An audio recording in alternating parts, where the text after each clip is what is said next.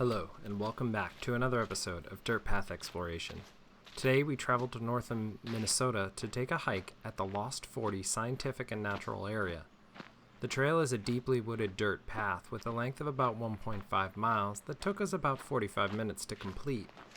Depending on the time of year you take this hike, it's likely you will need some significant bug spray. The trail travels through a bit of an oddity as the area went unlogged in the 1800s due to a mapping error, which listed the forest as part of Coddington Lake.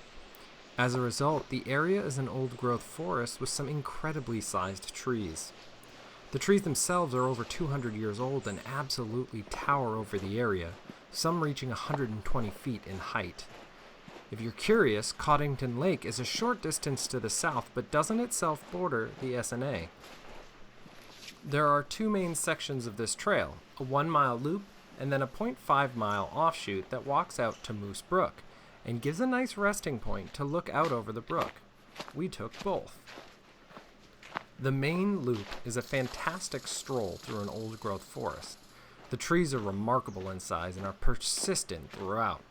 It took us more time than normal for this length of a trail because we kept pausing and sizing up the next biggest tree, looking up into the towering canopy. I'd heard whispers of this trail amongst the hiking groups, but it really is something you must see for yourself. It's incredible. There are a few points to stop and rest, but while there are chairs, there is significant undergrowth, so there aren't any significant overlooks within the main loop.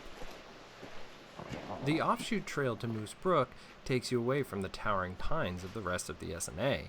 The trees are smaller in size, and you meander through them as you make your way to the shore of Moose Brook. At the final part, there is a chair you can sit on and rest, and a clear section of underbrush that you can look out onto the brook. The level of the water was high, but in spring I'd imagine this section of the trail could be entirely underwater, so ensure you're aware of current conditions when you take the hike.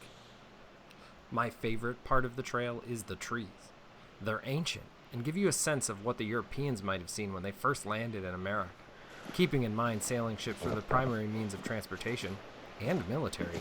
The colonists must have seen the trees as masts, just waiting to be mounted onto ships and sail the seas.